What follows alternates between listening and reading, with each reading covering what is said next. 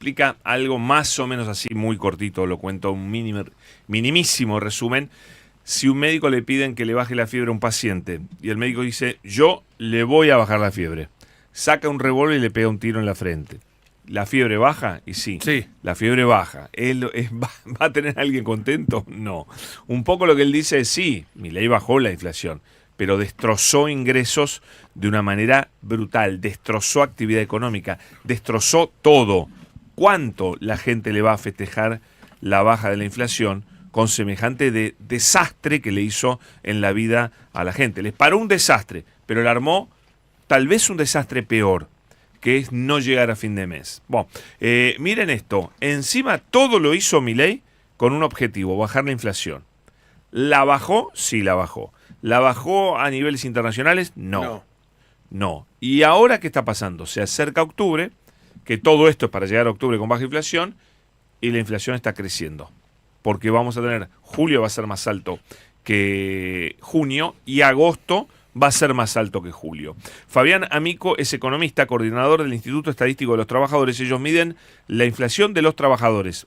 Él dice que la inflación de los trabajadores está creciendo también. Fabián, bienvenido. Pablo Dugan saluda. ¿Cómo va? Hola Pablo, ¿cómo te va? Saludos. Bien, muy bien. Bueno, ¿qué es lo que miden ustedes? Nosotros medimos inflación en realidad. Digamos, si vos mirás históricamente, esto mucha gente no lo sabe, cuando el Estado argentino empezó a medir inflación de manera sistemática, años 60 y 70, lo que se medía era la canasta de una familia de trabajadores, una familia tipo de trabajadores del Gran Buenos Aires. Se medía eso. O sea, se mide, es un índice que ayuda... ¿Y hoy qué se mide? Con esta canasta que es viejísima, ¿no? También, pero no tanto. Bueno, ahí tenés un punto. La canasta tiene que ser representativa. ¿Por qué digo esto? Porque tiene que ser representativa de un trabajador promedio. Hoy un trabajador promedio en Argentina es más complicado de encontrar por el deterioro del mercado de trabajo, que tenemos una heterogeneidad muy grande. Entonces, ¿no es cierto? De todas formas, nosotros apuntamos a medir, digamos, el poder de compra de aquellos trabajadores que están en actividad, básicamente, digamos, tratando de corregir lo que hay que corregir. De hecho, nosotros hicimos... ¿Es una canasta de clase media para ustedes, la de ustedes? No, de trabajadores, podríamos decir, asalariados registrados. Está bien, pero hoy cualquier asalariado registrado me parece que es de clase media, ¿no? Bueno, a ver, tenés asalariados ocupados registrados pobres. Sí, es verdad, es cierto, perdón. Entonces tenemos por eso, el punto es que tenemos esa heterogeneidad que yo te decía al principio. Entonces vos me das el salario promedio y a veces no sabemos bien de qué estamos hablando, ¿entendés? ¿Y qué es lo que está subiendo? Contanos un poquito de lo que están viendo. Mirá, el punto central acá, básicamente, es que hubo una evaluación en julio, digamos, y de la misma forma, aunque en sentido inverso, que el ancla cambiaria permitió bajar la inflación medida por, básicamente, por el IPC, por alimentos, ahora de la misma forma están subiendo alimentos.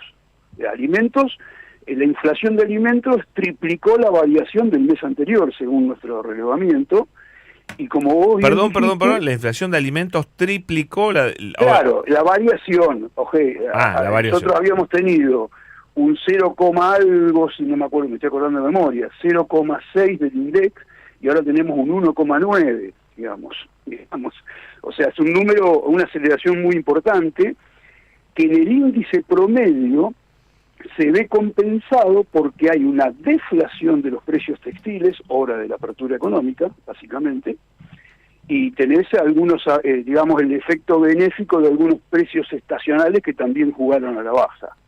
Y además, hay que decirlo, el gobierno viene ajustando tarifas ya en modo electoral, digamos, ¿entendés? Va midiendo, va ajustando de una manera más moderada. Entonces, pero el tema es que la inflación de alimentos se disparó y eso tiene que ver una relación directa con el tipo de cambio, con lo que pasó en julio, digamos.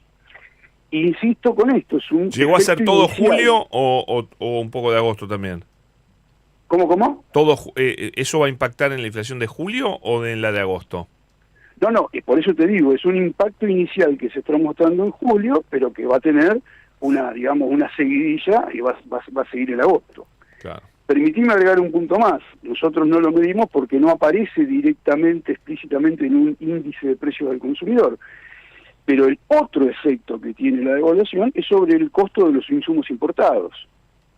Entonces, y eso tiene un traslado más lento, no es inmediato, entonces también te va a empezar a aparecer en agosto y probablemente en el mes siguiente también, ¿no?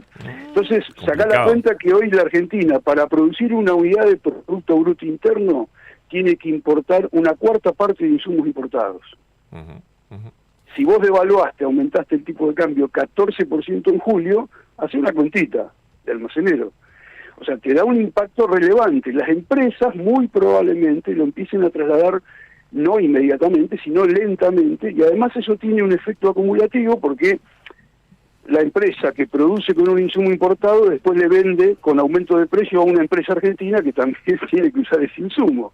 Entonces tenés una cadena acumulativa que lleva tiempo y que hace que la inflación resulte, digamos, va a tener un sentido. No digo que va a ser. ¿Qué crees vos que va a dar el INDEC en julio, que se conoce el miércoles, y después en agosto, que se conocerá en septiembre?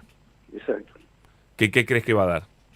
No, va a dar una tasa de inflación más alta de la que venía dando claramente. Por eso digo, o sea, tenés aumento en julio y aumento en agosto.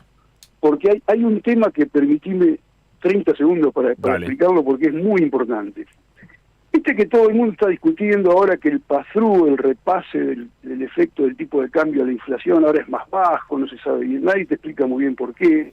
Aparentemente es porque Argentina se está haciendo un país normal. Yo sí, porque también dicen porque hay menos plata, porque la gente tiene poca plata en los bolsillos. Sí, qué bueno. Pero fíjate que ahora va a haber menos plata y la inflación va a subir. Y ya tuvimos esa experiencia en Argentina, porque la inflación responde más al impacto sobre los costos que al impacto de la demanda. ¿Qué quiero decir? Si una empresa no vende con ganancia cero. Entonces, si a vos te suben los costos, vos tenés que ajustar los márgenes en algún momento si querés seguir siendo una empresa, digamos. Entonces, el punto acá es que el bajo pass-through, el bajo repase, se ha demostrado, hay estudios de CEPAL en América Latina que incluyen a la Argentina, tiene que ver con el hecho de que hay un precio muy importante de la economía que no reacciona cuando hay un shock devaluatorio. ¿Cuál podría ser ese precio? El salario.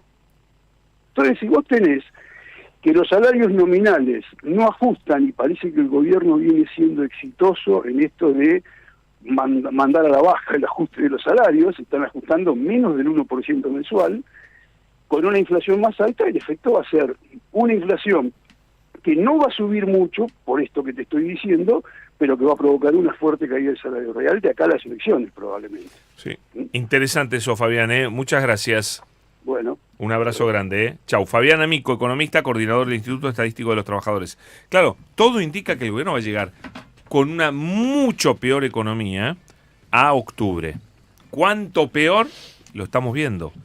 Julio fue desastroso.